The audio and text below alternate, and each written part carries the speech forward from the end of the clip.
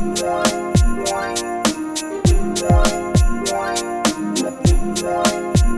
à tous, le Media Lab Break est en direct du Parc Haussmann pour la journée des associations et nous recevons un nouvel intervenant qui va venir nous présenter sa structure. Bonjour.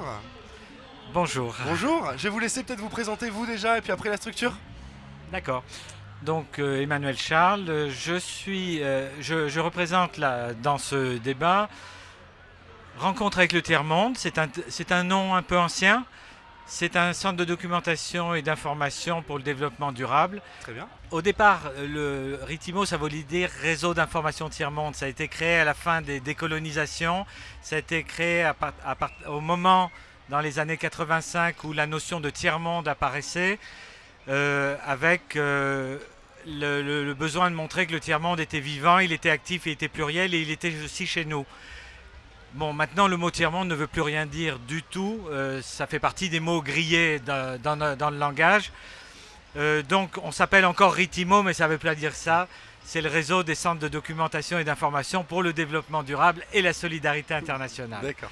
Donc ces 90 lieux essayent de montrer qu'il y a une information alternative.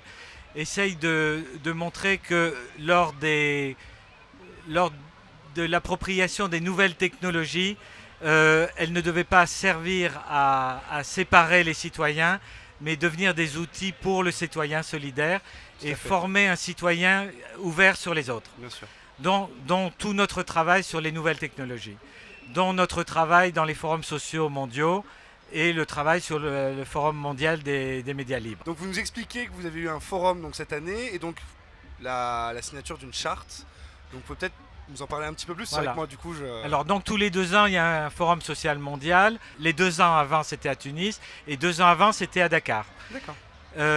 Donc c'est à Dakar qu'est né ce travail sur les migrations, un monde ouvert et solidaire. Donc on est en plein dedans. Hein. Tout à fait.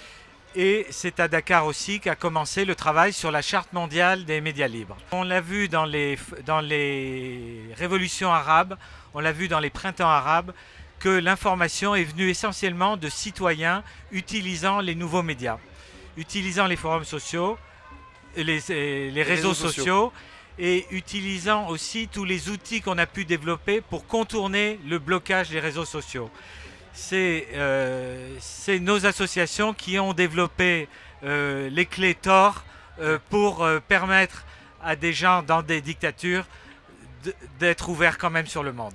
Vous pouvez peut-être nous parler un petit peu des points clés de cette charte. Alors, cette charte mondiale des médias libres, elle a été négociée en horizontalité, c'est-à-dire que chacun a pu parler, et c'est pour ça que ça nous a pris 6 ans de travail.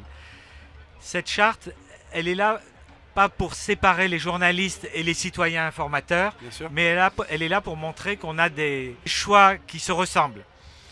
Être journaliste, c'est un métier. Être citoyen informateur, c'est un réflexe. Et ce réflexe, il demande de se préparer, pas comme un professionnel, mais comme un citoyen. Être informateur, ça veut dire aussi être informé. Ça veut dire avoir pris l'habitude de s'informer, savoir ce que c'est qu'un média, savoir le mode d'emploi d'un média, savoir les failles des médias, savoir les fautes possibles dans l'utilisation d'un média. Et donc, être un citoyen informé, informateur, c'est pas être un journaliste, mais c'est être quelqu'un qui va donner une information. Très bien. Et du coup, est-ce que vous avez des projets un petit peu pour les années à venir, de grands projets en chantier peut-être? On travaille énormément avec les jeunes, avec les militants d'associations, pour les former au logiciel non propriétaire. D'accord. Pour les former au site internet libre. Donc on a toute une formation et toute une gamme de sites internet libres qu'on fait s'approprier à un certain nombre d'associations qui n'y connaissent rien. Et ensuite, on forme des lycéens dans la région parisienne en particulier pour qu'ils apprennent à être informateurs de leur vie de tous les jours. Et pour vous rejoindre sur Draguignan? Alors, c'est pas compliqué. Pour nous rejoindre partout sur la planète, on tape www.ritimo.org et on retrouve le lieu le plus proche de l'endroit où on est qu'on peut rejoindre. Très bien. Alors, à Draguignan, on est dans un local municipal, juste un local qui est en train de devenir un lieu de l'information et de Tout à fait. l'information alternative. Vous en parlerez certainement. Et on aura l'occasion. Et on s'appelle Rencontre avec le Tiers-Monde à Draguignan. Très bien. Mais écoutez, je vous remercie. Je vous souhaite plein de bonnes choses pour l'avenir et puis une bonne journée aussi. Au Merci revoir. beaucoup. Au revoir.